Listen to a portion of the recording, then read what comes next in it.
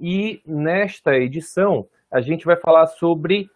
Vamos começar do zero, literalmente. A gente vai começar do solo. Então a gente vai falar hoje sobre adubação, vamos falar sobre manejo de solo, como é que se resolve aquele matagal que aparece, e para que a gente possa ter aí um pomar sustentável, um pomar mais produtivo. Eu sou Ricardo Moura, jornalista da Embrapa Agroindústria Tropical. Tenho a honra de ter aqui ao meu lado dois grandes especialistas na área, Luiz Serrano, pesquisador aqui da Embrapa.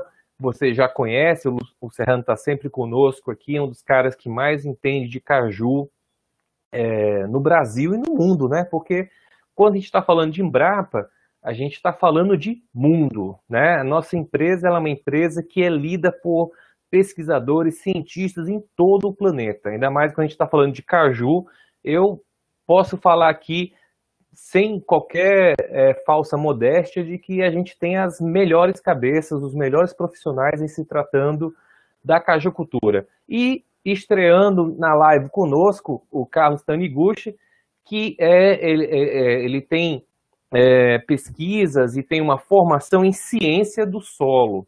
Então é um cara que, me perdoe o trocadilho, Carlos, mas é um cara que vai na raiz do problema, né? Vai bem a fundo mesmo e está aqui para tirar algumas dúvidas.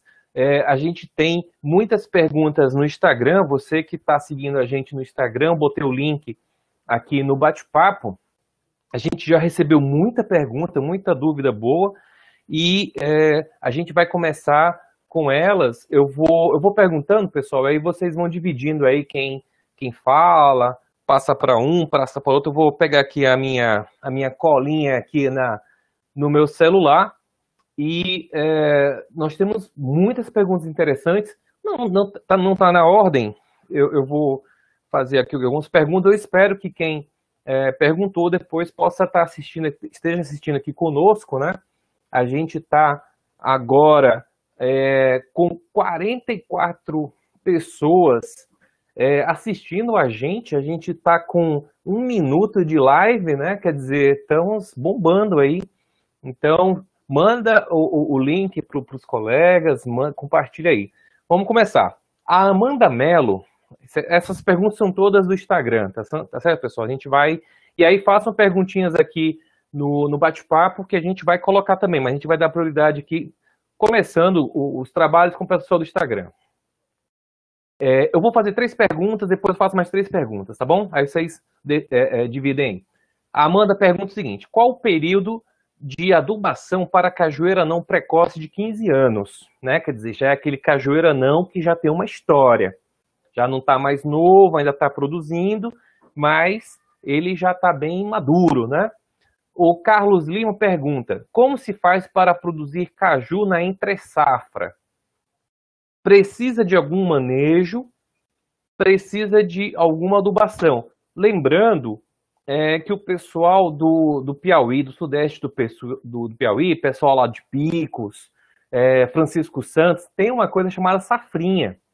Então agora, fevereiro, março, eles estão com às vezes dá uma safrinha lá na turma lá e o preço é bom, porque pega na entre-safra. E o Thiago Linus pergunta o seguinte, o Linus Thiago pergunta: no período chuvoso, ele faz 2 perguntas. No período chuvoso, qual o intervalo de tempo mais adequado para adução com NPK?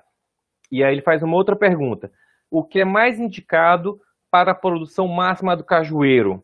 Roço, capina ou aração da terra? Ó, começamos quente aí, vamos lá. Bom, eu vou começar. Obrigado, Ricardo, pelo convite. Luiz Serrano, obrigado aí pelo convite de participar dessa live, tá? Vou começar então pela questão da adubação, tá? A questão da pergunta da Amanda, né? Pelo que eu entendi, assim, o que ela está falando, qual que é o período de adubação? Bom, o período de adubação é a época chuvosa, né? Então, a gente sempre recomenda fazer adubação na época das chuvas, porque o adubo ele precisa ser solubilizado, tá? A planta ela vai absorver a água, junto com a água vem o adubo, né? Então os nutrientes. Então, assim, a adubação é feita no período chuvoso. Carlos, deixa eu só fazer um parêntese. Eu acho que ela quis dizer o seguinte: se plantas nessa idade precisam de algo a mais na adubação, um reforço, alguma coisa, tá entendendo? Não, assim, eu acho que, independente do estágio de desenvolvimento dela, da idade da planta, a necessidade é sempre aquela adubação NPK, a calagem de tempo em tempo para corrigir a acidez, fornecer cálcio e magnésio, micronutrientes também. Então, assim, tudo que, independente da idade, é aquela recomendação de adubação que já existe, tá? Então, não tem nenhuma adubação específica para plantas nessa idade, certo? Então, primeira coisa, coletar o solo, né? Coletar o solo, conforme a recomendação, separar em áreas homogêneas, pode separar por clones, por produtividade, por idade, enfim, separar em áreas homogêneas, coletar solo, tá? Vários pontos nessas áreas, nessas glebas que a gente chama, são áreas homogêneas, tá? E coletar as amostras, no mínimo 20 amostras, e fazer uma amostra composta e mandar para o laboratório. E com base nesses resultados da análise de solo, consultar um técnico, né, e ver a questão da recomendação de adubação para o cajueiro, né, conforme a idade, baseada na análise de solo. Tá? A outra pergunta que você falou é sobre a questão de produção de cajueiro na entre-safra, né? Bom, eu acho assim que, depois o Serrano, por favor, complemente, tá? Mas assim, as experiências que a Embrapa tem tido, a questão da produção de entre-safra, ela está muito relacionada ao tipo do clone, né? Ao manejo de poda e ao manejo da adubação. Então, não é uma prática isolada que você vai conseguir produzir na entre-safra, tá? Então, são um conjunto de práticas que vão possibilitar a obtenção do caju na entre-safra. Serrano. Boa tarde a todos. Boa tarde, Carlos, Ricardo. Boa tarde a todos os produtores aí, os colegas da Embrapa que estão assistindo. Então, a questão de produção na entre-safra, como o colega Carlos já falou, é muito relacionado ao clone, né? E também à região. Nós temos regiões igual a Chapada da Podilha, forma ali de Severiano Melo, né? De Alto Santo. Temos o Piauí, que tem um inverno mais curto. Né? O inverno é o quê? O período de chuva. Né? Então, e como é a região mais seca, né? Está mais para dentro do semiárido, às vezes tem um período chuvoso com uma semana sem chuva, uns 15 dias sem chuva. Clones igual, principalmente o CCP-76. Em algumas regiões a gente observa o BRS-226.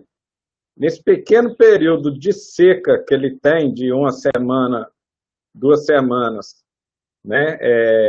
Depois das chuvas, eles emitem certa quantidade de flores, né? Não é aquela floração igual na época principal, e permanecendo seco, né? Esse período pós-florada, e como a gente está agora dias e noites quentes, né? Há um bom pegamento dos frutos, né? Porque não tem um oídio com esse clima bem quente, né? De dia e noite quente, então resulta nessa safrinha, né? Tem lugar que a gente considera safrinha e tem lugar que pode ser já até o início da produção 2021, porque, por exemplo, tem regiões do Piauí que a chuva já terminou agora em fevereiro, cai mais um pouquinho em março. Tem clone que, por exemplo, 226, que se continuar quente, ele pode emendar já a produção até dezembro. Né? Já teve vários anos que nós vimos o 226 produzir 10, 11 meses direto. Pessoal de Severiano Melo, né? Eles já, além desse fator climático, né, eles também contam hoje, né, com alta tecnologia, né, que é o manejo da adubação, né, a poda e clones que permitem essa produção por um maior período no ano, certo? Outra pergunta é do Rosso, é isso, Ricardo? Então, o cajueiro, primeiro ponto que o produtor deve decorar, né? Cajueiro odeia ficar no meio do mato. Quanto mais abafado a planta do cajueiro fica, né? Falando do cajueiro não, mais ele vai atrasar a sua floração, frutificação e ainda vai produzir menos. O que a gente vê na região? Tem os produtores que mantêm a área limpa o ano inteiro, não precisa. Limpa que eu falo é o quê? Deixa na terra, na areia. Aí já é um certo exagero, tá? E tem produtores que não faz nada. Deixa o pomar todinho no meio do mato, só vai dar a primeira limpeza na área no final do inverno. Só que nisso aí as plantas, né, apesar de não estarem produzindo, elas vão atrasar. Né? Elas demoram a trocar a folha, elas têm uma brotação mais fraca, né, e vai atrasando. Certo? Então, o que a gente recomenda, principalmente nessa época de chuva, né, o cajueiro, a maioria, né, dos pomares estão parados, não estão produzindo, mantenha o mato roçado, tá? Grandes propriedades que têm a possibilidade de controlar com herbicida, né, tem que ver qual herbicida utilizar. Por exemplo, aqui no litoral Ceará, as chuvas começaram em fevereiro, mas ainda elas não firmaram, né, aqui no litoral. Provavelmente tem muita água agora, em março e abril. Então, a gente tem praticamente chuva quase todo dia em março, né? Março, abril, se for tudo normal, né? O que acontece? Se eu jogar um Roundup, né, que é o glifosato, hoje, como vai chover muito, daqui 15 dias o mato está grande de novo. 15, 20 dias. Aí eu vou perdendo eficiência do produto. Se eu vou perdendo eficiência do produto, eu vou gastando mais, né? Vai ficando caro. Então, o que a gente recomenda, principalmente na época de chuva, né? É o roço do mato. Mantém o mato baixinho ali até a altura de um palmo. Não deixar o cajueiro ficar abafado. E para os pequenos produtores, a melhor recomendação é o plantio de culturas nas entrelinhas do cajueiro. O pessoal que planta feijão, né? O pessoal que planta melancia, é a melhor coisa que tem, porque não deixa o mato vir e o produtor ainda ganha um dinheiro na área. Né? Isso para pomares aí até 3, 4 anos de idade. Ok? Vamos fazer uma nova rodada de perguntas. Essa frase do Serrano, pessoal, gravem no coração de vocês. Planta de cajueiro não gosta de mato, né? Então, aquele produtor, aquela produtora que deixa ali o pomar meio, entre aspas, bagunçado, com muito matinho, não é legal. E aí a indicação que o Serrano tá dando é essa. O mato rasteiro é um amigo do cajueiro. Não pode o mato alto abafar a planta, né? Aqueles colonial, o mato lá na altura do ombro nosso que a gente consegue nem entrar, né? No pomar. É esse tipo de situação que deve ser evitado no pomar do cajueiro não. Aquela penugenzinha, né, Serrano, para também não ficar o solo tão exposto, né, para dar até uma arrefecida na questão do sol, não é isso? Isso, aqui a gente está numa região de clima quente, né? Eu particularmente gosto muito, nem blusa eu não tenho mais.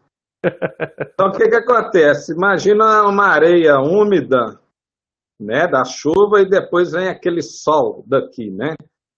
Então, a temperatura do solo, mesmo com água, é muito alta, né? E imagina lá na época seca, né? Já teve vez da gente estar lá em Pio Nono, região de Pecos, ali em setembro, outubro, né? Que é a época seca, a areia está 60, 70 graus, não tem como nem colocar a mão, né? Aí imagina ali para a planta, né? Aí quando você tem um mato roçado, quando você tem aquele matinho roçado ou dessecado por herbicida, o mato ele fica numa coloração clara, né? A coloração palha, ela reflete muito o sol, né? Então, no que ela reflete, ela diminui a temperatura, ajuda, né? Que a temperatura do solo fica mais amena, né? Então, a temperatura ali na superfície fica menor. Então, é bom para a planta, é bom para todo o sistema ali produtivo. Beleza. Vamos dar um alô aqui para a turma que está conosco. A gente está com uma audiência bastante boa. Estamos nesse exato momento, nós estamos com 91 pessoas neste momento agora, né? Se a gente for pegar ao longo da live, a gente tem muito mais. João Andrade está mandando um abraço aqui para a gente. Fernando Antônio está dizendo que o sonho é poder um dia implantar um pomar com cultivar 76. A gente está aqui para isso, Fernando. Mas também vale lembrar, procure a Emater do seu município, né? As Ematers, elas estão muito próximas com a gente e a gente este ano também tem um trabalho a gente está reforçando a nossa parceria com a Emater. Dê uma olhadinha aqui no nosso bate-papo, a gente tem um link para um grupo de WhatsApp só para profissionais de assistência técnica e extensionistas. É um grupo no WhatsApp que a gente vai dar informação sobre publicação, sobre eventos. O pessoal hoje já estava trocando figurinha, gente de todo o Brasil, tá certo? Então, se você trabalha na ciência técnica, se você trabalha como extensionista, o linkzinho está aqui. No nosso Instagram, se você pedir o link, a gente manda o link para você também poder participar, tá certo?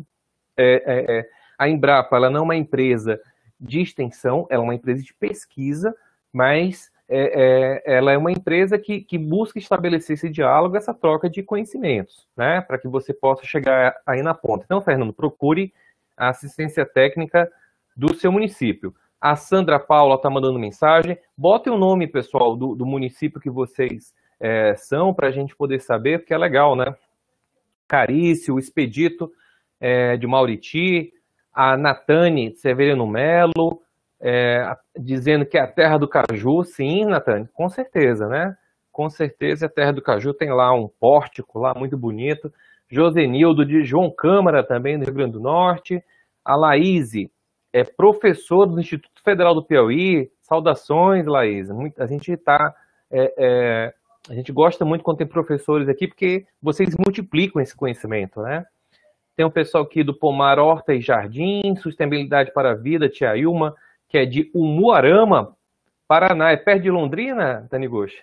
Umuarama, não? Umuarama é oeste do estado. Oeste do Paraná. Então, o Taniguchi é de Londrina, ali da região ali do Taniguchi. Pessoal ali do Pesqueiro do Índio, do Piauí, Ronaldo Oliveira de Palhano, Rodolfo Tadei da Bahia, de Uibaí, Kergenilson mandando aqui boa tarde, Roberto Almeida perguntando se dá para plantar caju em São Paulo. Dá não, Serrano? Dá, dependendo da região, dá. Já tem caju lá na parte quente lá de São Paulo, indo ali para o Mato Grosso do Sul. Já tem uma região consolidada de produção de caju ali, caju de mesa, o CEAGESP. Roberto, manda teu município aqui para a gente saber, porque se for ali para o lado ali da parte quente ali do estado, vai dar certo. A Adriana Guiraldo mandando boa tarde, o Cremir Tavares.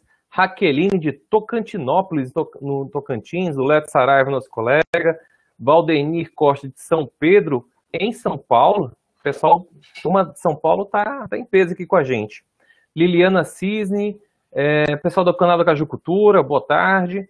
Maria José está aqui mandando aqui a mensagem para a gente. Daniel Brito, Joana Dark, Wallace de Potiretama, aqui no Ceará, Kleberson, Joana Dark de Ceará Mirim, do Rio Grande do Norte, o Mourão de Tabuleiro do Norte, Marlos, nosso chefe de transferência, está aqui com a gente, Francisco Atácio de Cristais, Morada Nova.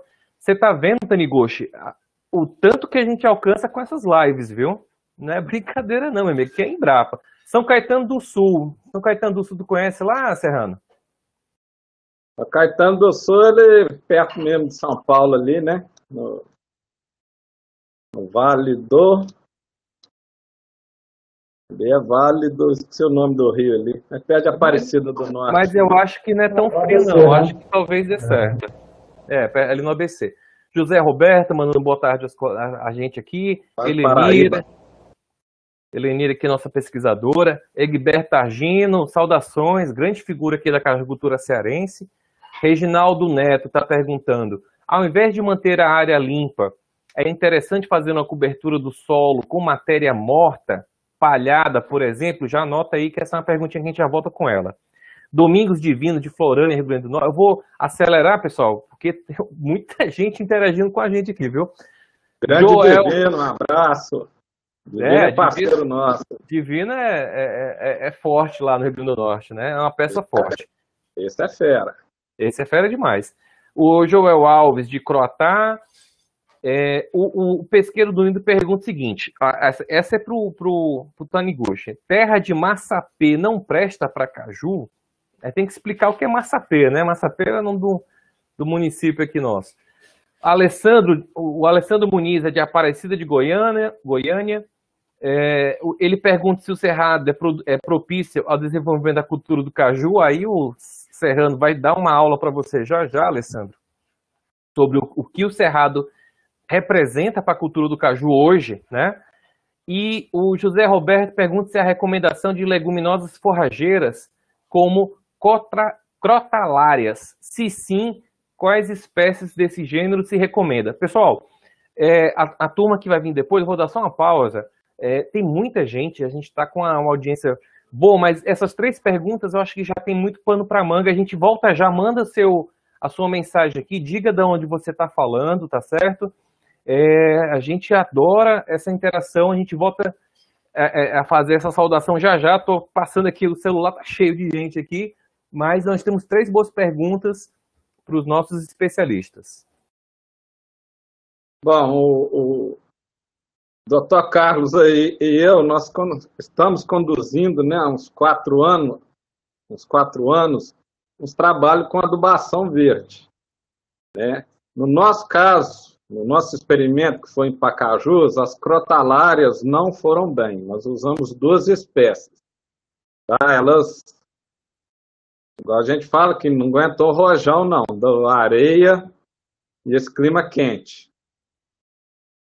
Aparentemente, que nós ainda estamos processando os dados, que teve melhor desenvolvimento foi feijão de porco. Tá? Que foi mais rústico. De leguminosa. E nós tivemos um tratamento logo em seguida, né, para palhada, né, Carlos, que foi juntando milheto com feijão,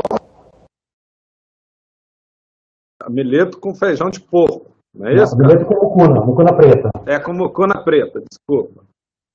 Então, esses 2 aguentaram o areião ali no seco, né? Para plantio agora no inverno, né? E a gente faz a incorporação, né, da matéria verde nos finais da chuva. Então, o Dr. Carlos, né, e eu ajudando ele, né? Mas ele é o comandante, aí ele foi monitorando durante esses 4 anos a questão química do solo, tá? E a produção de palhada. Em breve aí, acho que no mais tardar ano que vem, né, aí a publicação com os resultados desse experimento. Mas isso foi para as nossas condições.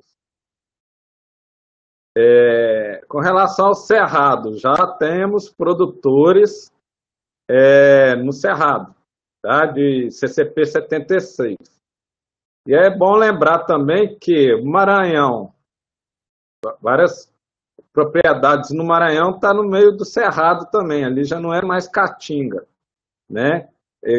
Igualmente o sul do Piauí, né? Tem um trabalho já bacana dos colegas de Bom Jesus, né? Lá do Instituto Federal, né?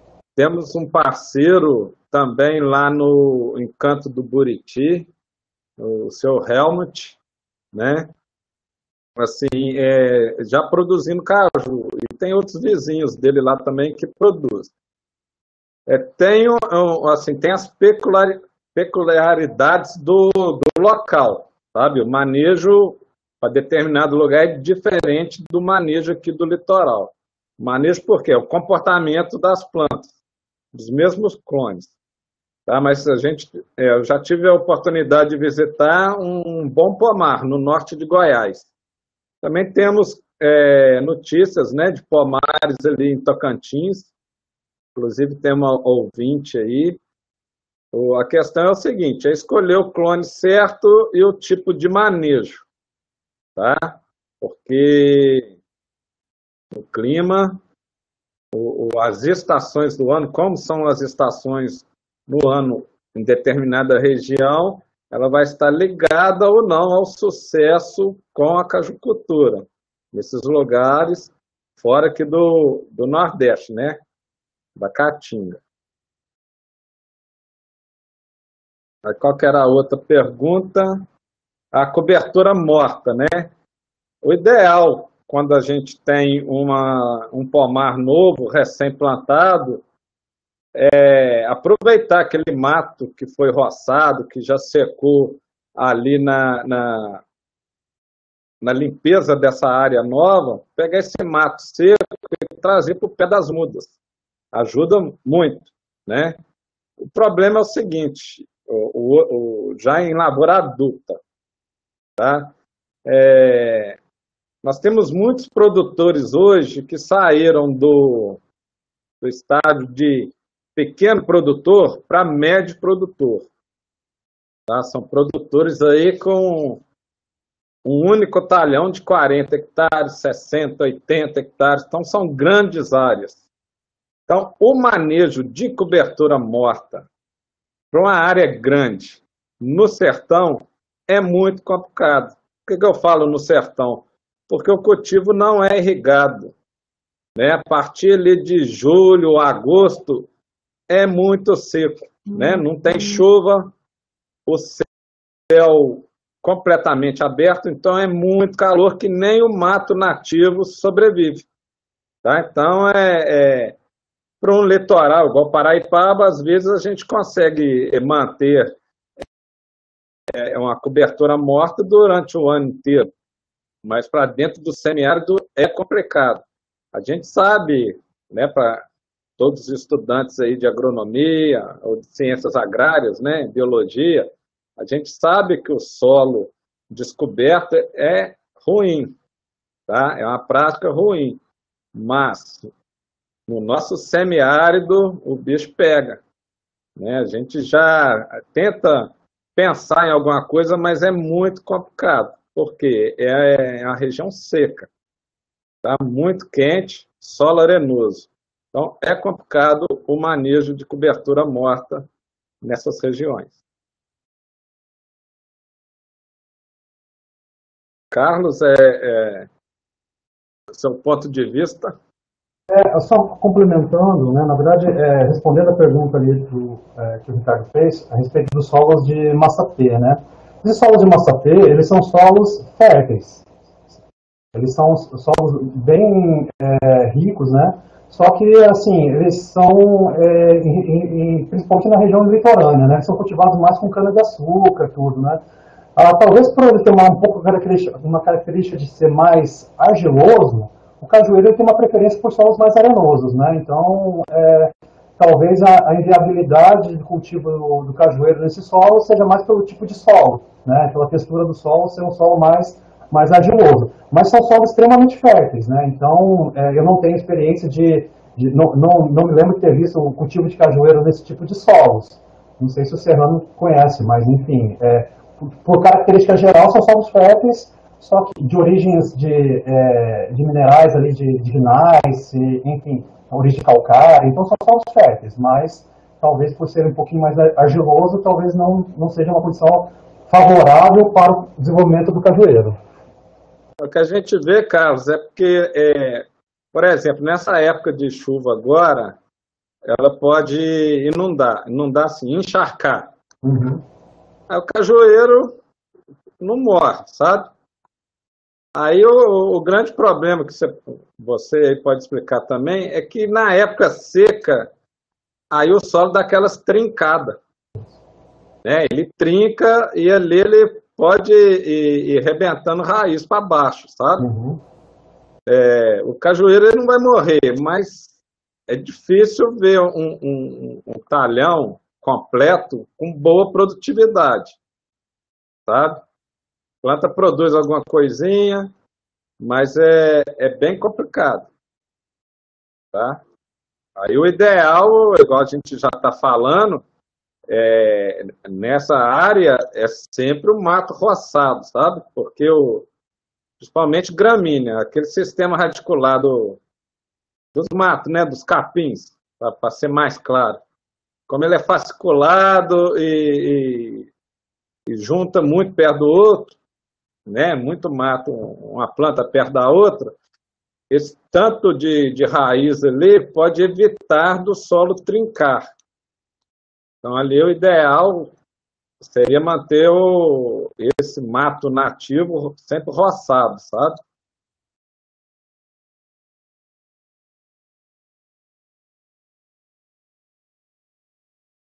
Vamos retornar aqui com o nosso público aqui. O Paulo Coelho mandou aqui uma mensagem para a gente. Ele é de Chapadinha, no Maranhão. Lucas Fonteles é de Acaraú. Lucas Fonteles é técnico agrícola, está no nosso grupo aqui do pessoal da Terra, da Extensão, né? José Roberto Vieira está perguntando aqui de novo para a gente. Há espécies nativas para uso em entrelinhas, considerando duplo uso, alimentação e competição com daninhas? Aí o Serrano está fazendo umas pesquisas aí, né? Volta e meia o Serrano bota uma foto aí no Instagram dele de umas pesquisas aí que ele está fazendo. O Erivan está dizendo que ele é de João Pessoa, mas está iniciando o plantio de caju na região serrana do município de Parambu, Serra dos Limas, lá em Parambu. Abração, Erivan. Aí, boa sorte no teu empreendimento. Sandra Paula é de Morada Nova. A Helenira dizendo aqui que é de Sobral. Um abração, pessoal de Sobral. Temos uma unidade lá, né, dos Caprinos. O Robson é de Trairi, aqui do Ceará. O Marcelo está mandando aqui um salve para a gente. O pessoal de Morada Nova. Maria José de Jeremoabo. Olha só, a audiência aqui nossa. Ela está representando a Secretaria de Agricultura e Desenvolvimento Econômico de Jeremoabo, na Bahia. Saudações, Maria José. Espero que, quando passar todas essas restrições, a gente possa ir lá visitar o município, conhecer a realidade de vocês aí na Bahia. O Átila é de Inhuma, no Piauí, está mandando aqui também uma saudação. Misael é de Tocantins, dizendo que eles têm um plantio em pequena escala de cajueiro. Já a segunda pessoa de Tocantins, Centro-Oeste, o Serrano pode falar aí. Serrano, se essa turma do Centro-Oeste toma gosto aí na produção de caju, a turma é boa, né? Eu não sei se é do Misael, que eu já vi foto no Instagram. Deve ser, eu acho. Eu não tenho certeza, mas eu vi, é bacana. Eu acho que tem outras espécies também. Mas tem jeito, tem jeito. Tem jeito, então pronto. A Macena é de Alagoinha do Piauí, está terminando o curso dia 10. Marcelo, a gente colocou o link aqui no grupo, se quiser participar, tá certo? O Enio Girão, grande pesquisador nosso aqui, mandando aqui um abraço para todo mundo. A Dalva é de Pocinhos, lá na Paraíba. O Daniel é de Quixeramobim. Cirlei, lá de Morena Nova, nosso colega também. Carício está querendo que vocês falem um pouco sobre adubação, aí eu acho que seria legal a turma está aí nesse momento agora de adubar, dar alguma dica, né, se algum pulo do gato aí sobre isso. O Antônio é de Salvador, lá na Bahia. Roberto de Almeida, o Roberto Roberto falou que é de São Caetano, mas vai plantar em Sorocaba. Sorocaba é quente, Sorocaba eu acho que dá certo. O Marlon, nosso grande Marlon, está já na expectativa hoje de ser campeão, né, Marlon? Nosso pesquisador, Marlon Valentim, está muito satisfeito. Marlon, né? A gente chama ele de Marlon, mas é Marlon. O Anderson Mourão de Tabuleiro do Norte. O Elivan tá aqui de novo, a Joana Dark. Deixa eu ver aqui quem é. O Targino tem uma pergunta para ti aqui, Serrano. A Embrapa tem algum experimento com capim braquiária nas entrelinhas do cajueiro, a exemplo do que já acontece com café em São Paulo? Diz que lá no São Paulo tem a braquiária. Você está fazendo algumas experiências, pode até falar um pouquinho sobre isso. Eduardo Maziero. Vai dar ruim. Spoiler, já vai dar ruim. O Eduardo Maziero. Ixi, caiu aí o Serrano. Já o Serrano volta. O Eduardo Maziero está perguntando se é possível integrar o cajueiro nas agroflorestas. Nós estamos com Sombra, nosso pesquisador, tá mandando aqui um salve aqui pra gente. Deixa eu ver aqui mais. Vamos avançar. O Rubens, Domingos, a Uli, que é do Mato Grosso, de Tesouro, do Instituto lá Agrário de Mato Grosso. Que mais? O Robson, Carlos, essa pergunta acho que talvez seja interessante para ti. O Robson está perguntando o seguinte: como corrigir o solo no pomar com idade de 10 anos na profundidade de 20 e 40 centímetros? Ele é da área costeira, ele é de Trairi, município litorâneo aqui do Ceará, tá certo? O Hamilton, olha aqui, o Hamilton é de Roscommon, na Irlanda, meu amigo. Olha aí, como a gente não tá fraco, viu? Temos gente da Irlanda, pessoal da Secretaria da Agricultura de Bragança Paulista. O Luiz Arnaldo tá mandando saudação aqui pra gente. Saudação, Luiz. Boa tarde para você. Que mais aqui? Hoje tá animado. Gilberto Pires de Santana de Retirolândia, na Bahia, região do Cisal. O Daniel Alves, que não é o jogador, é de Angical, do Piauí. E o Alessandro Muniz está dizendo o seguinte, que em relação à acidez do solo, ele diz que lá em Goiás a acidez do solo é muito comum. O cajueiro exige uma correção do solo específica. Ele está fazendo uma pergunta, que está faltando aqui o ponto de interrogação. Ou posso corrigir de maneira geral? Né? Ele está dizendo o seguinte, eu preciso fazer uma intervenção específica para o cajueiro, ou eu faço isso na propriedade e o cajueiro já se beneficia, né? Pergunta aqui interessante. O Daniel Alves está dizendo que tem 2,5 hectares de caju 226 lá no Piauí. Abração, Daniel. Boa sorte aí para você. João Carlos Oliveira é de Pedra Grande, no Rio Grande do Norte, tem 4 hectares de cajueiro irrigado, então tá muito bem lá. Vinícius de Santa Quitéria, Salomão de Baixa Grande do Ribeiro Piauí, o José Jociélio, não está dizendo onde é, Ana Paula Dionísio, nossa grande pesquisadora. Ana Paula, depois vamos fazer uma live aqui com a gente, viu? A Maria José está dizendo que é técnica agrícola de Jeremoabo.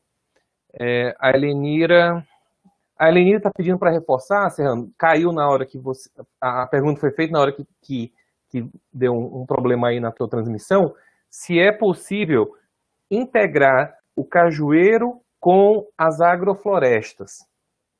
Se é possível fazer essa integração. O Antônio está perguntando o seguinte, a adubação com chorume, o que vocês acham disso, que é feito em volta do solo no redor da copa, né? E o Mauro Dantas está agradecendo a gente, o Elias Rocha de União de Piauí está plantando 1.200 cajueiros com espaçamento de 7 por 7. Dá para consorciar com gado? Eita, essa pergunta é boa, porque o espaçamento já é um pouquinho mais apertado, né? O Lucas Fonteles aqui está perguntando qual a melhor época para adubação das mudas. Ele é da região de Acaraú, tem um solo tipo arenoso, meu pomar tem uns 10 anos e era abandonado. Comecei a cuidar desde o ano passado, né? E por fim, a Adriana está perguntando o seguinte, gostaria que vocês falassem um pouco sobre como está a pesquisa com relação a ferramentas de avaliação do estado nutricional para o cajueiro. A gente faz uma rodada já, pessoal. Tem muita. Vocês viram que o Brasil todo está aqui conosco, tá um sucesso. Eu vou desligar aqui meu microfone e deixar a turma que entende responder vocês.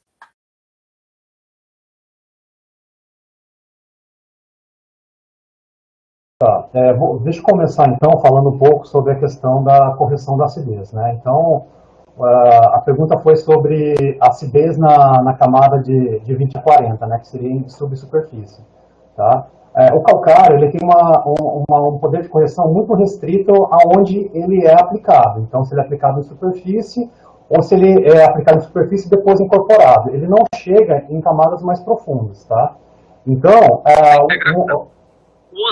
uma possibilidade é a utilização do gesso agrícola. Tá?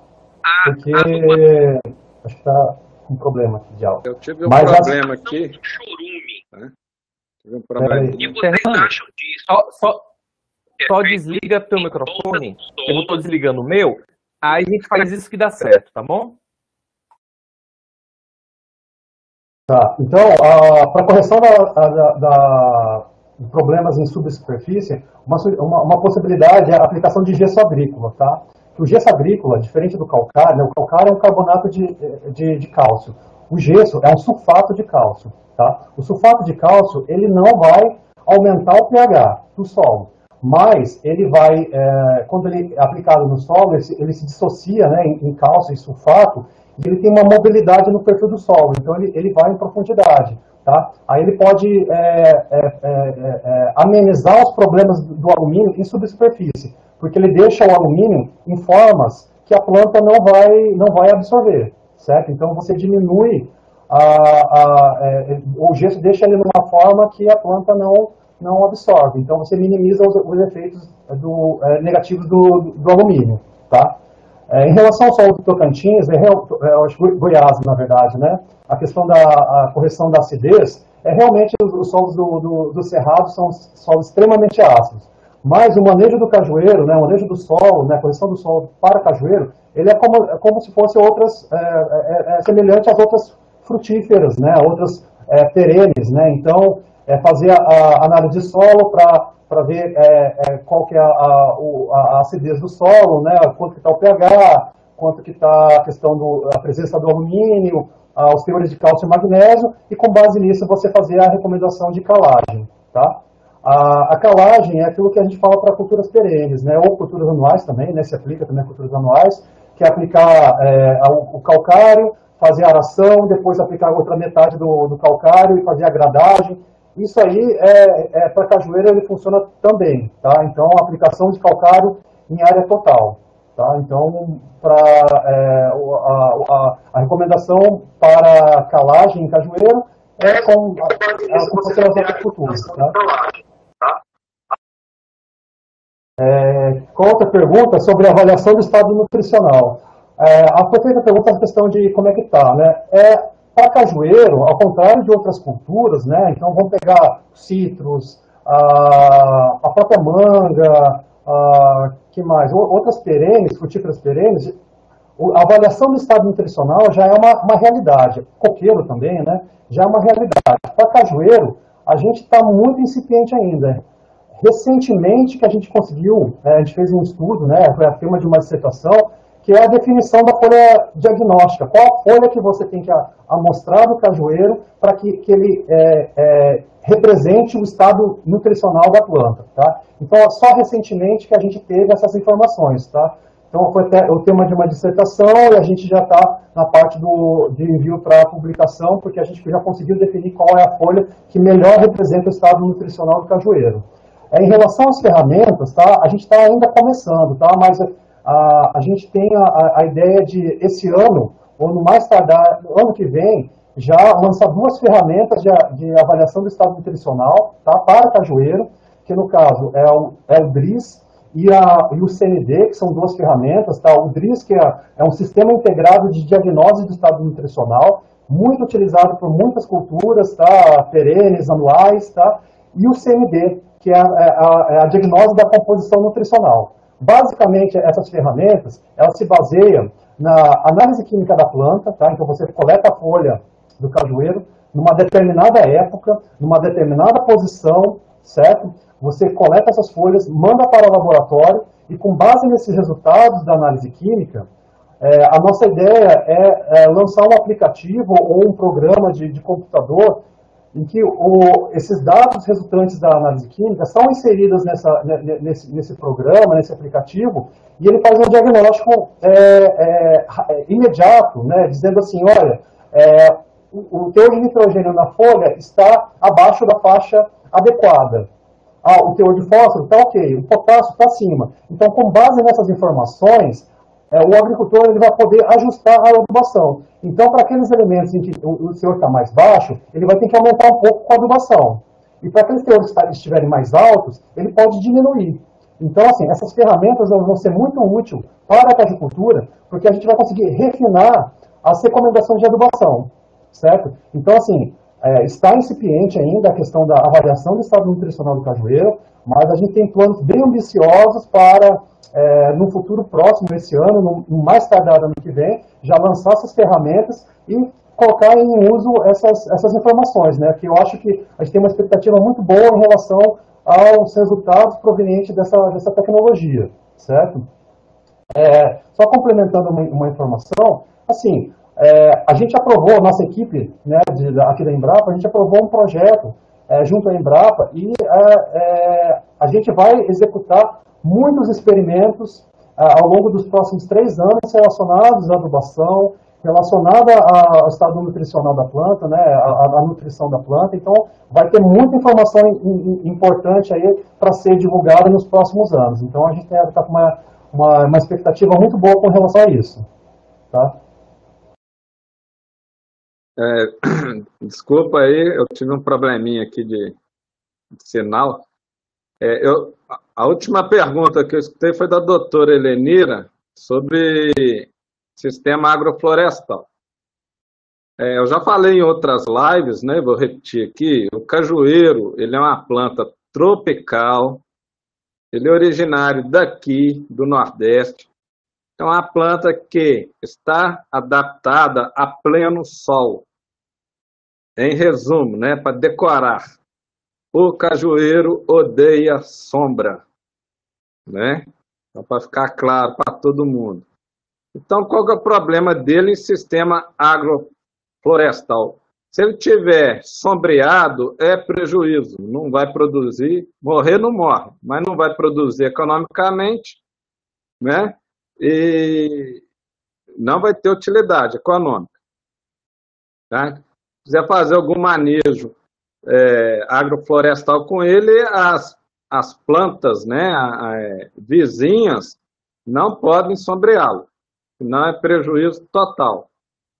Se for com espécies, se tiver alguma espécie que for menor do que ele, aí dá certo, assim com outras fruteiras, né, outras culturas, né, florestais, mas que jamais sombreiam o cajueiro, né, porque a tendência é ele produzir muito pouco. Aí, Ricardo, desculpa, se veio mais alguma pergunta para minha área? Lembra aquilo que você falou que dava ruim, que era aquele mato consorciado lá em São Paulo, nos cafezais? Ah, tá, o Targino, né? Braquiária. O Targino É, o colega Targino. Exatamente, Targino. Em Pacajus, nós estamos conduzindo também um experimento com pastagens, né? E está indo bem. Assim, nós estamos utilizando 4 espécies de braquiária, tá? Nas entrelinhas do cajueiro. Então, primeiro, nós formamos as pastagens, tá? Com essas espécies de braquiárias, né? No mesmo momento que a gente foi plantar o capim, nós já abrimos as covas do cajueiro, já preparamos com adubação, isso tudo em um ano. No ano seguinte é que nós plantamos o cajueiro. Então, nós deixamos as pastagens se estabelecer, tá? Aí, no outro ano, com as covas já marcadas, é que nós fizemos o plantio dos cajueiros. Então, o cajueiro está fazendo 1 ano agora, as pastagens estão com 2 anos e praticamente tem pastagem, 2 espécies que já fechou 100% da área e 2 espécies que estão na faixa de 70%, 80%. E temos a testemunha que é o mato nativo, igual o colega José Roberto fez uma pergunta anteriormente. O problema do mato nativo, que com essa seca, né, a seca natural aí de junho a dezembro, as plantas, principalmente as de folha larga, né, o mato de folha larga, ele desaparece, né, e torra tudo no sol. E fica, quem atravessa o ano é praticamente só colonião.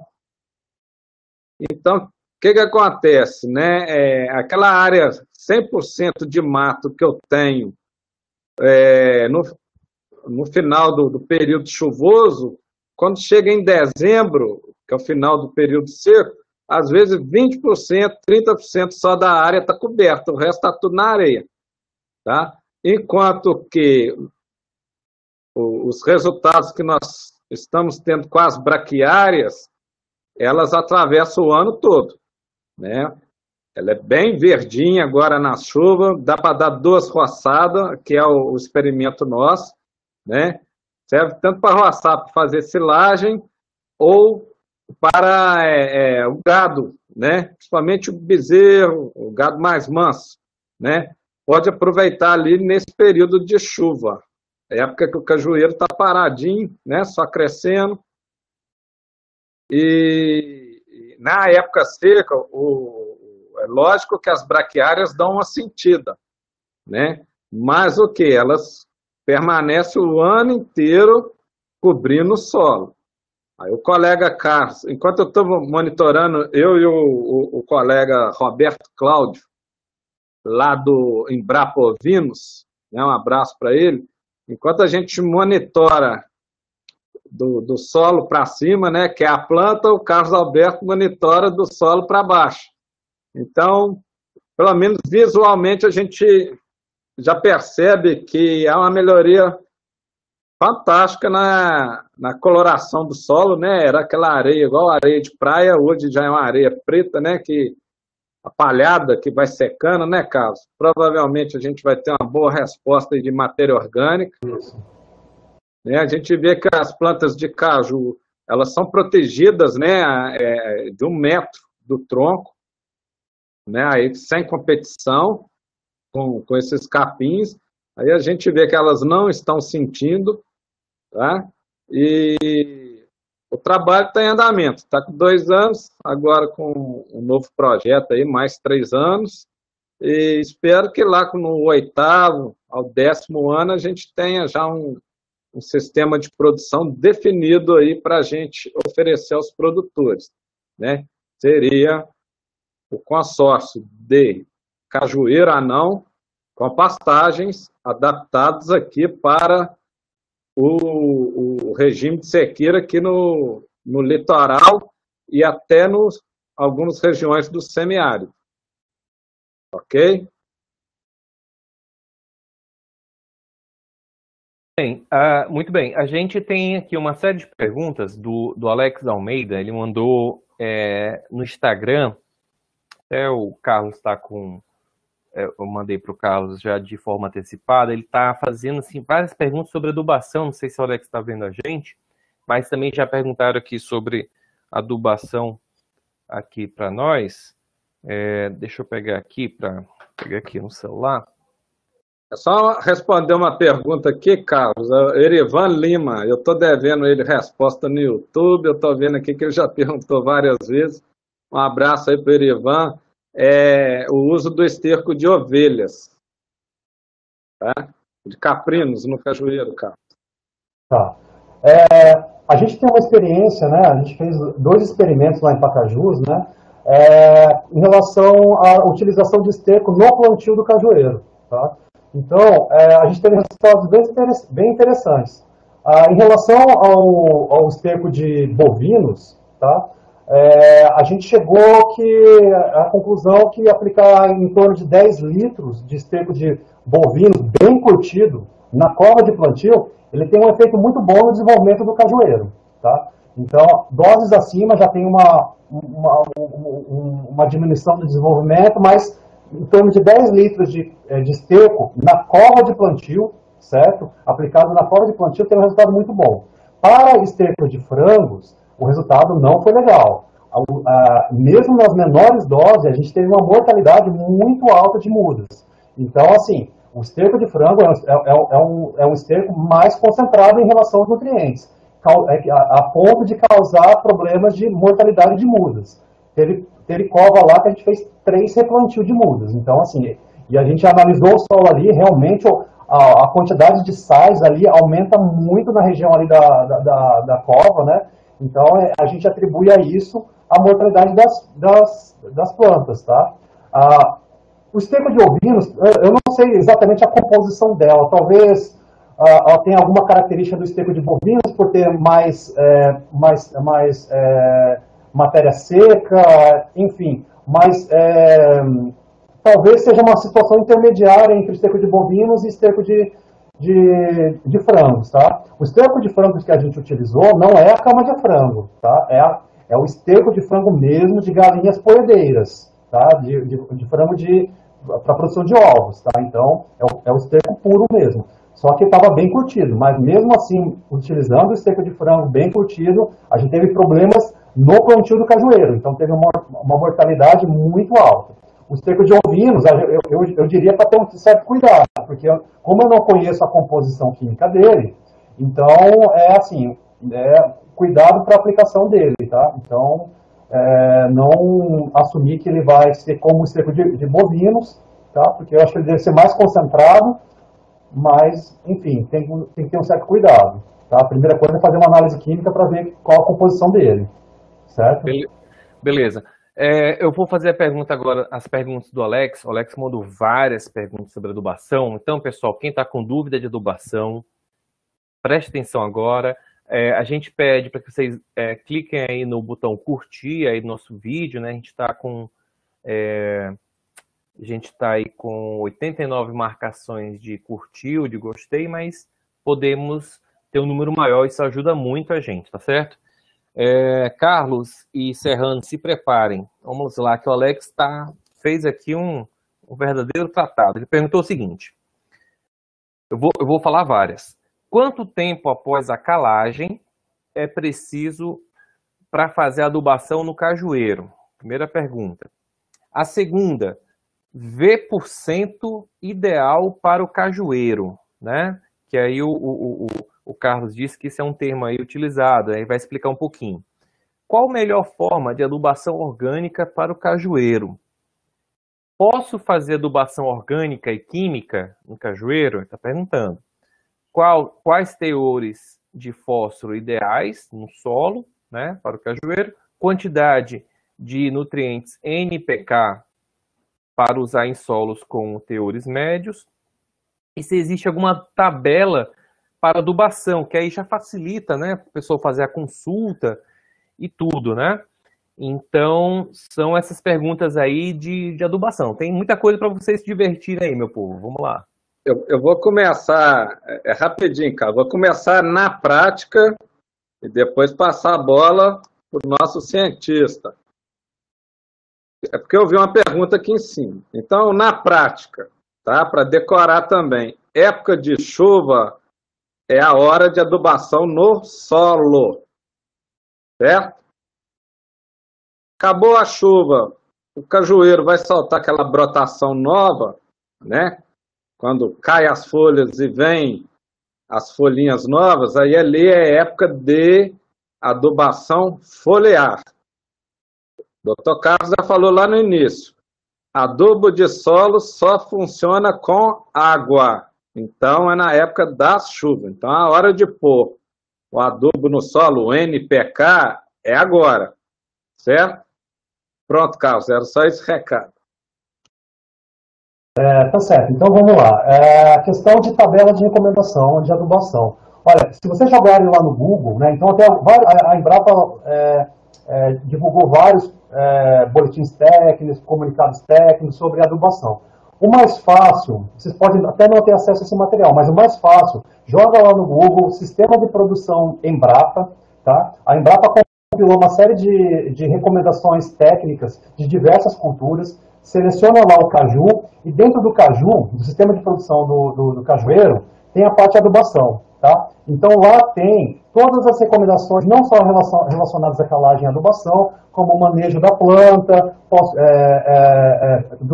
doenças, pragas, pós-colheita. Então entra lá no site da Embrapa Informação Agropecuária, tá? Do CNPTIA. Então, joga lá no Google, sistema de produção Embrapa, e dentro desse sistema de produção, seleciona o cajueiro. Então, lá tem todas as tabelas de recomendação.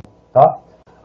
Em relação a teor de fósforo no solo. Tá? Olha, teor de fósforo no solo depende muito do extrator que você utilizou, você não, né? O laboratório utilizou para determinar esses valores. Tá? Existe uma diferença grande em relação aos teores numéricos, tá? Quando você usa um determinado extrator ou outro, tá? O estado de São Paulo normalmente utiliza a resina trocadora, tá? Então, os valores de fósforo obtidos com a resina são diferentes do obtido pelo duplo ácido, que a gente chama o MERISH-1, tá? Que a maior parte dos estados adotam essa solução extratora, o MERISH-1, tá? Então, por exemplo, um valor médio de fósforo obtido pelo método da resina, ele varia entre 13 e 30 miligramas por decímetro cúbico. Tá? Já para o MERISH-1, por exemplo, o estado de Minas Gerais varia entre 20 e 30. Então, assim,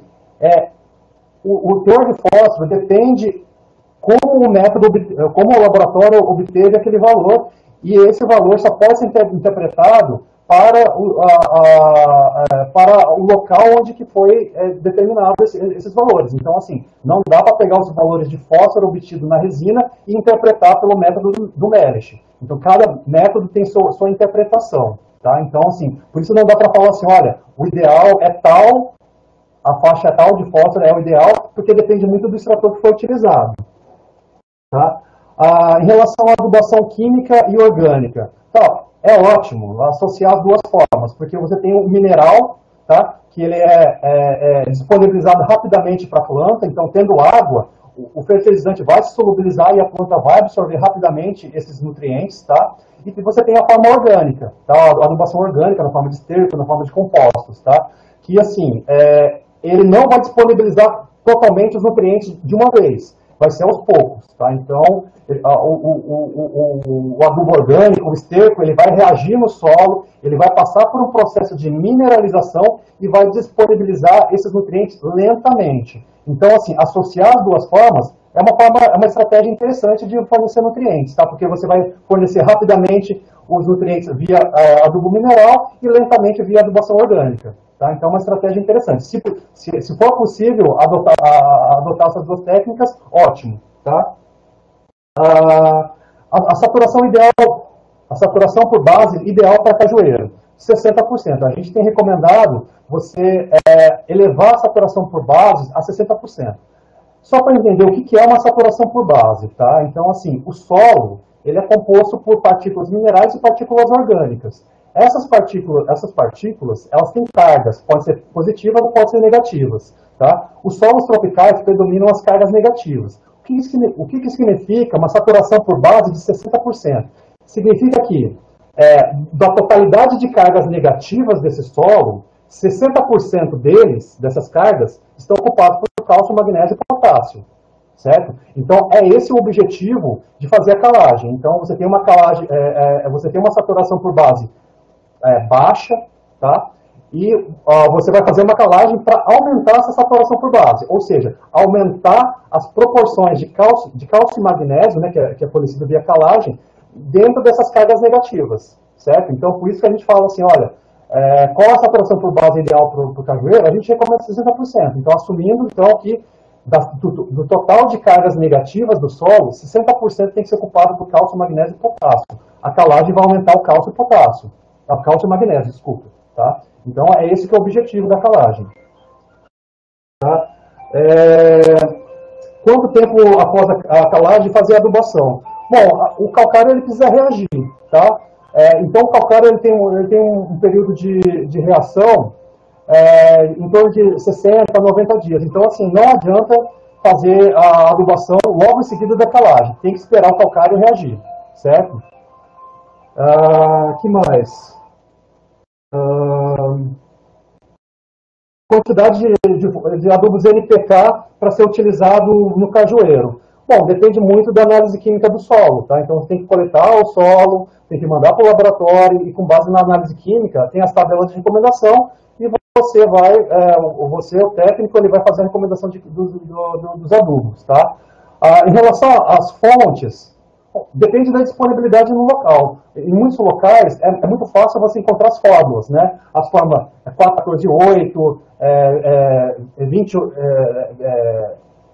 20-20-20, que são essas proporções de NPK no fertilizante. Então, depende muito da disponibilidade da fórmula no local, tá? Então, você pode usar essas fórmulas sem problema, tá? Mas, possivelmente, você vai ter que fazer uma complementação com outras fontes, né?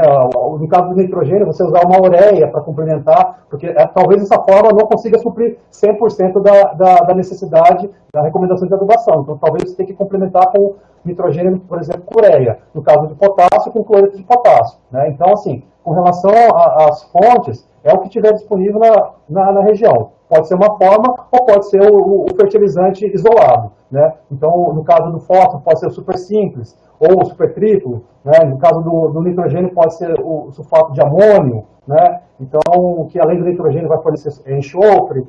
Enfim, então, assim, com relação às fontes, depende muito do que você tem disponível no local, tá? Então, essa que é a resposta para essa pergunta.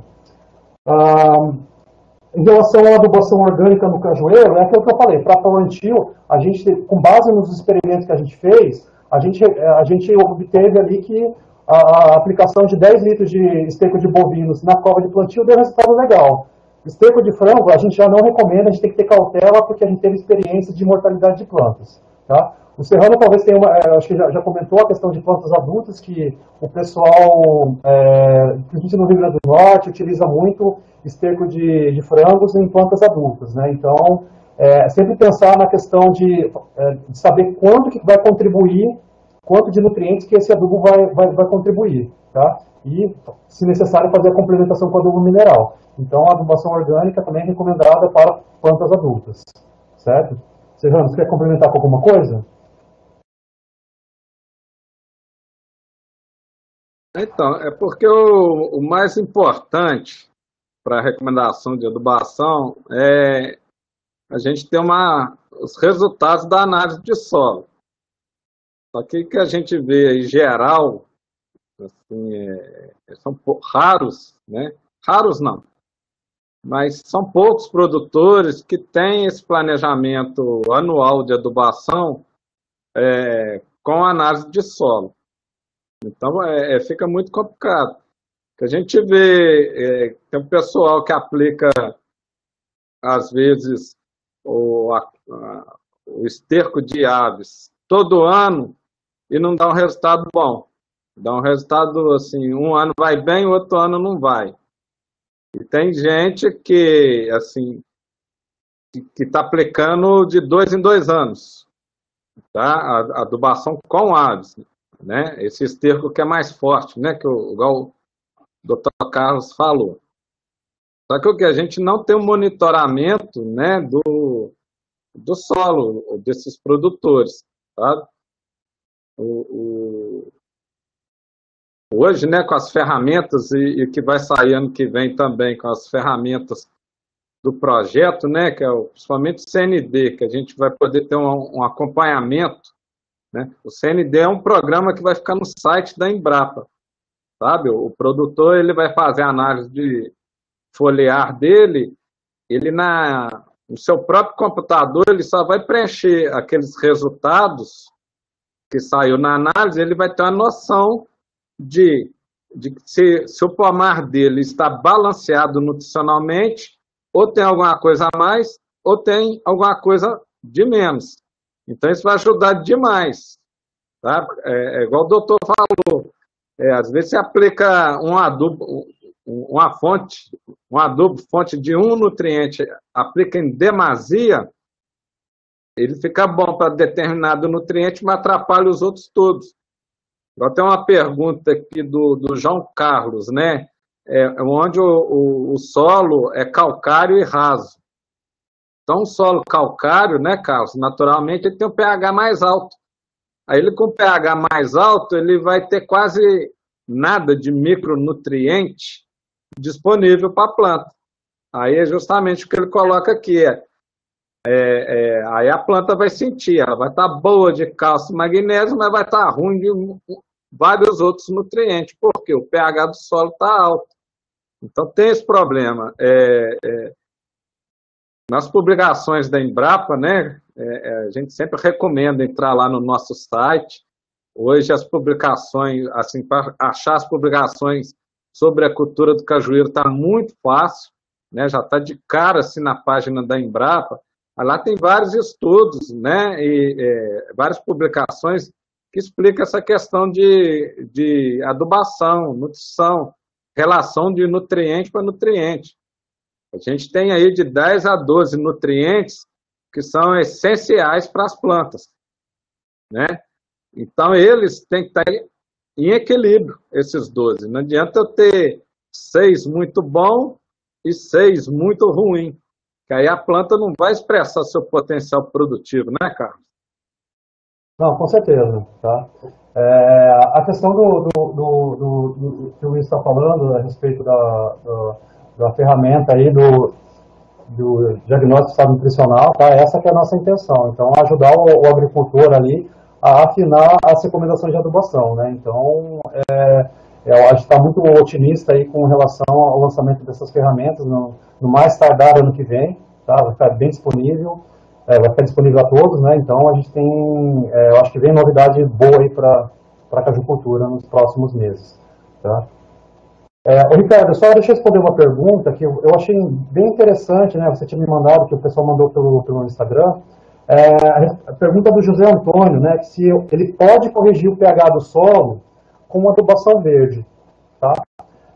Eu vou falar isso muito na prática desses experimentos que a gente fez em Pacajus, tá? Então, a gente fez cultivo de várias espécies para ser utilizado como adubo verde, né? Nas entrelinhas do cajueiro, né? Os adubos verdes, de uma forma geral, eles têm essa capacidade mesmo de aumentar o pH do solo.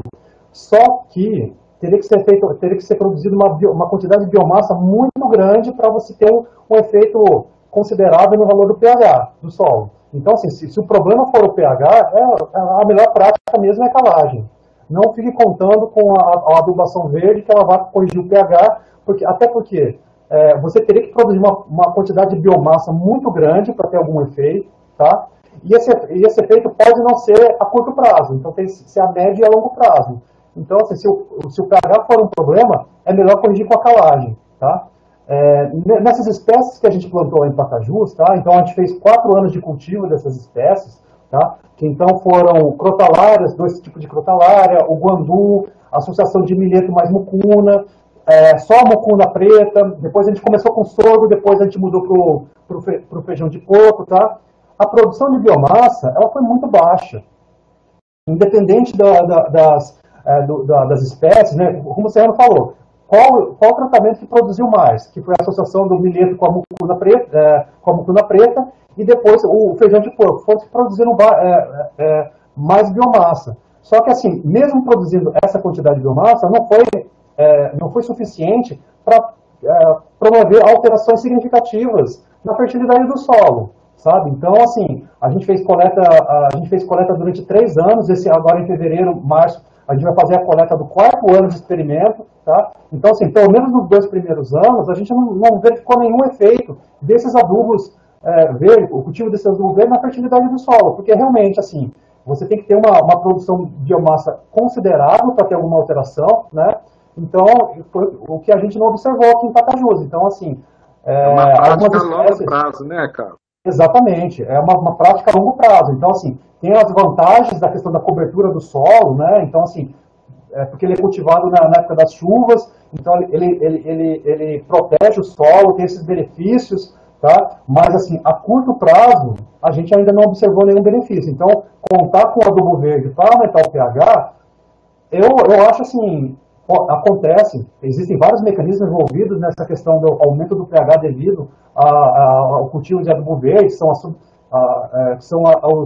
os compostos de baixo peso molecular que reagem ali com o hidrogênio, enfim, existe um mecanismo envolvido nisso. Só que assim, é um efeito a curto, mais a médio e a longo prazo. Então, se o efeito você quer um efeito mais rápido, a calagem é a solução, tá? Muito bem, muito bem. A gente tem, assim, pessoal, é uma aula aí que a gente está podendo propiciar para vocês, né? Assim, eu fico muito satisfeito de ter esse grau de informação, esse grau de qualidade. A gente vai fazer uma última rodada de perguntas. Dê um like aí, quem não deu like. O nosso Instagram, Embrapa Angústia Tropical, você tem um linkzinho. Esse site do sistema de produção que o Carlos falou, o link está no bate-papo, então você pode clicar. Aí tem lá, Caju, tem um capítulo só sobre adubação. Só não está aí porque o tamanho do link é grande, então não dá para a gente colocar no bate-papo do YouTube, mas tem um capítulo só sobre adubação com várias tabelas, então porque a empresa gera tanta informação que às vezes não dá para todo mundo processar. O Serrano falou sobre as publicações, o link da Infoteca sobre Cajueiro está aí, nós já temos publicações de 2021, então já é o que está de mais novo no setor. Eu queria só deixar um recado antes da gente fazer uma roda de perguntas, que agora em março a gente vai ter uma live sobre monitoramento de antracnose e mofo preto, é o tema da nosso próximo webinar. Em abril, a gente vai estar falando sobre monitoramento de pragas desfolhadoras e de brotos novos. Então, a gente já tem temas para os 2 próximos meses. Vamos trazer outras pessoas aqui para estar falando sobre o assunto, né? A gente vai acompanhar essa atividade, então contem conosco e também procurem os extensionistas, procurem os assistentes, o pessoal da assistência técnica, né? Porque são nossos grandes parceiros e é quem está ali no dia a dia, né? A gente, infelizmente, não pode estar tão presente assim quanto a gente gostaria por vários motivos, mas vocês têm esse apoio mais próximo. O Wilson está perguntando sobre o superadensado. Wilson, a gente fez uma live sobre o assunto com a Frânio Arley, com outras pessoas. Digita aí superadensado, Embrapa, YouTube, vai ter a live completinha para você, tá? A gente falou muito sobre isso. Este ano vamos voltar a falar sobre o superadensado, a gente vai estar em breve aí com publicação, então a gente tem muita coisa para falar sobre isso, tá certo? O Ronaldo está falando sobre herbicida com registro. Ronaldo, a gente também fez uma live com o Serrano e com o Marlon sobre... A gente lançou um folder apontando quais são os defensivos que estão registrados no Ministério da Agricultura, tá certo? Então procura lá. E também a gente tem essa tabelinha para você, tá? Você procura... Ô, Ricardo, Diga. deixa eu só falar rapidinho aí pro Ronaldo. O Ronaldo é um produtor exemplar aí também.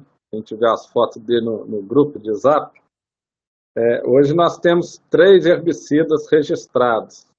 Que é o Checkmate, ele é a base do glifosato, né? Ele seria igual ao Roundup, similar ao Roundup, tá? A gente tem o Alion e agora foi registrado o Poker, tá? Então temos 3 herbicidas registrados. O Checkmate, assim, geral aí pro pessoal. Se quiser mais detalhes, aí manda pergunta lá pro SAC, tá? Da Embrapa aí, depois o Ricardo coloca aí, que aí a gente pode falar mais detalhadamente. Em resumo, o checkmate é o que mata o mato todo, pega qualquer coisa, inclusive se encostar na muda do cajueiro queima, ela é igual ao Roundup, tá? O Alion ele é um pré-emergente.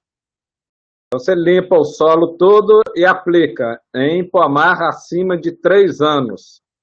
Ele vai manter o terreno limpo durante 1 ano. Tá? Ele é pré-emergente. Então tem que limpar o solo, aplica, aí ele não deixa nascer mato nenhum. Certo? Isso é para pomar acima de 3 anos.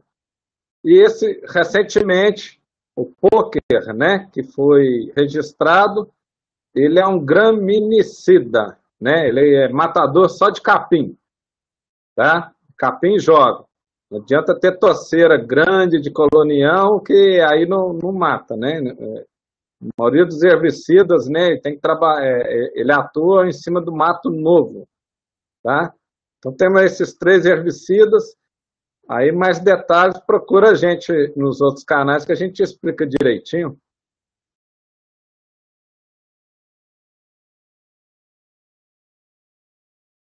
Muito bom. Lembrando que a gente está nas redes sociais, a gente tem um saque, né, o Fale Conosco, em embrapa.br/fale o hífen conosco. Você pode fazer tirar essas dúvidas. Nós temos também o grupo da Cajucultura, né, que está aí o link no bate-papo, o grupo de técnicos e profissionais da ciência técnica. Já estamos aí com um bom tempo de live. Carlos e Serrano, façam suas considerações finais. Já avançamos bastante aqui na conversa, né? Assim, é um assunto que assim que a gente colocou no Instagram para as pessoas perguntarem, muita gente perguntou, a gente nota que as pessoas estão muito curiosas, muito sedentas por conhecimento, isso é muito bom, né? Isso é muito bom, e as lives são para isso. Então, passo a bola para vocês poderem falar, mandar algum último recado, alguma coisa que vocês lembraram, alguma perguntinha ali que faltou, algum acréscimo.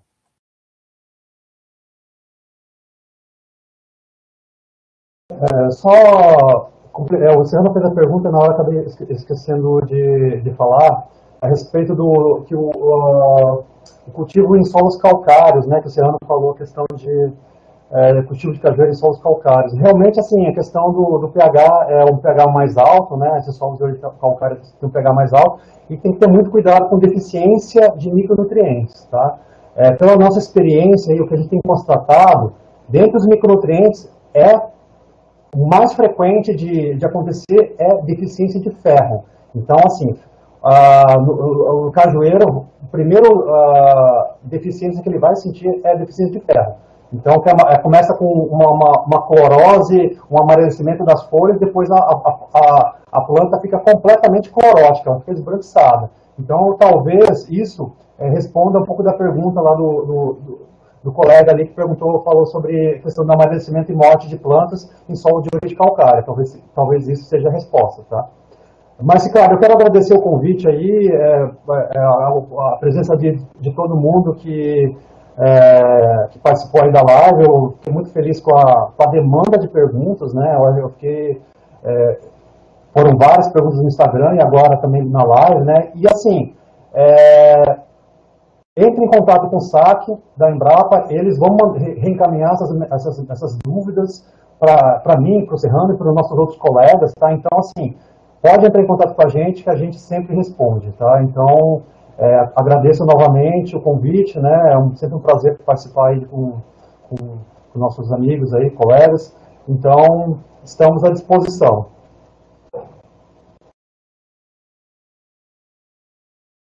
Ricardo, agradeço aí mais uma vez o convite de estar participando. É uma importante ferramenta, né, para a gente conversar com produtores do Brasil inteiro. Um abraço para a turma aí do Tocantins, Goiás, São Paulo, Minas, Santa Catarina, né? Todo o Nordeste aí. Todo o Nordeste aí, é tudo parceiro nosso aí, né? Os produtores. Então, um grande abraço a todos. Nós estamos sempre à disposição, né? A gente tenta responder o máximo de questão possível. Às vezes atrasa, né? Porque hoje a gente está trabalhando um monte de canal, né, de comunicação, sempre visando ajudar o produtor rural, tá? Agora com o saque é certeiro, porque o saque chega no e-mail nosso, sabe? A gente é um tipo de que a gente responde mais rápido, né? Do que tem outros meios de comunicação que às vezes demora para a gente ver, encontrar. Eu peço desculpa aí, tem várias perguntas ainda para responder, mas a Embrapa está sempre à disposição, né? Igual o doutor Carlos falou, projeto novo aprovado de sistema de produção, então é mais 3 anos aí, nós aqui tocando mais pesquisas no campo, né, para buscar o máximo de respostas para vocês. Então, um grande abraço a todos e obrigado aí. Muito bom, muito bom. A gente agradece todo mundo, quem esteve com a gente, que acompanhou, quem está vendo depois. Nos procure nas redes, aqui na descrição do vídeo a gente tem uns links para que vocês possam acompanhar nossas próximas lives, né? Como eu falei, a gente durante o ano vai estar sempre presente, fazendo um acompanhamento muito próximo dos produtores sobre a questão de itens, de temas que interessam, que desafiam, né, a produção. A saudação a todo mundo, infelizmente não pude falar o nome de todos, né? Nós temos aqui, a turma ainda está comentando, mas é isso, a gente aguarda vocês mês que vem a gente vai ter um novo tema, todo mês a gente vai ter este encontro aqui.